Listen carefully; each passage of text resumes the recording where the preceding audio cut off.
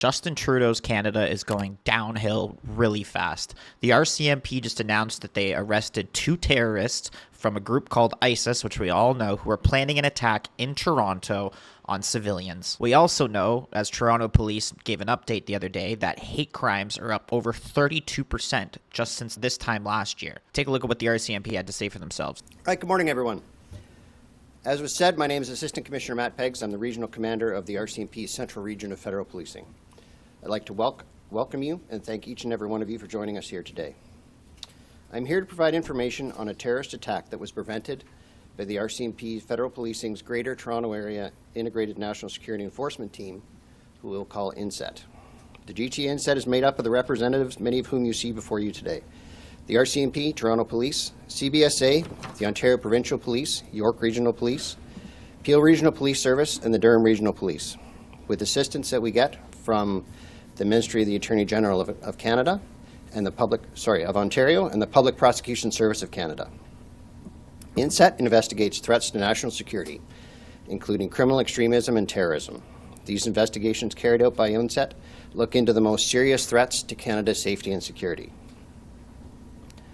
On July 28, 2024, GTA INSET arrested a father and son at a hotel in Richmond Hill who were in the advanced stages of planning a serious, violent attack in Toronto. We became aware of this in early July. A publication ban is currently in place in order to protect the integrity of the complex investigation. However, I will speak to the details that I can provide at this time. With the consent of the Attorney General of Canada, and where appropriate, the Attorney General of Ontario, 2 individuals stand charged with a number of criminal code terrorism offences. Ahmed El Didi, age 62, and Mustafa El Didi, age 26, face charges for their alleged terrorist activities, including participation in the activities of a terrorist group, ISIS or Daesh, contrary to Section 8318 of the Criminal Code, facilitating a terrorist activity, contrary to Section 8319 of the Criminal Code, conspiracy to commit murder, contrary to Section 465 of the Criminal Code, for a terrorist purpose. 1 count each of possession of a weapon for a dangerous purpose, contrary to Section 88 of the Criminal Code, again, for a terrorist purpose, those weapons being an axe and a machete. In addition, Ahmed El Didi faces 1 additional charge for aggravated assault, contrary to Section 268 of the Criminal Code.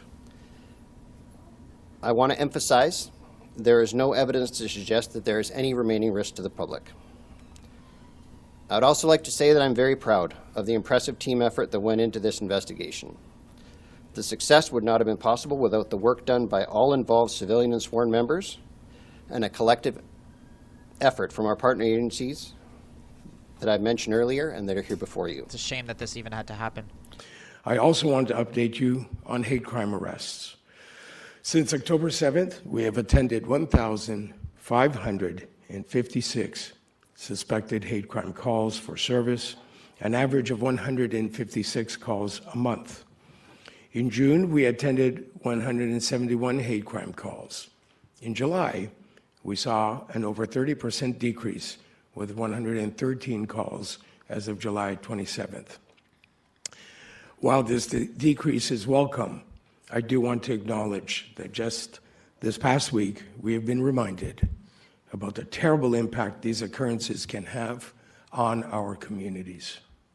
I want to reassure our communities again that Toronto Police fully investigates every reported incident in an effort to hold those responsible accountable.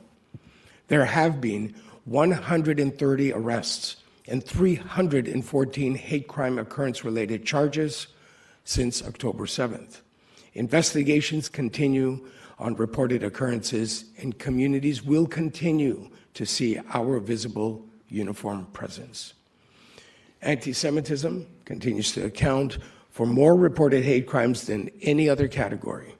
Of the 273 hate crimes so far in 2024, 45% were anti-Semitic. The most common charges laid are mischief, assault, and uttering threats. Forgive me, the most common charges are mischief, assault, and uttering threats. Hate crime occurrences are up 55% over the same period last year.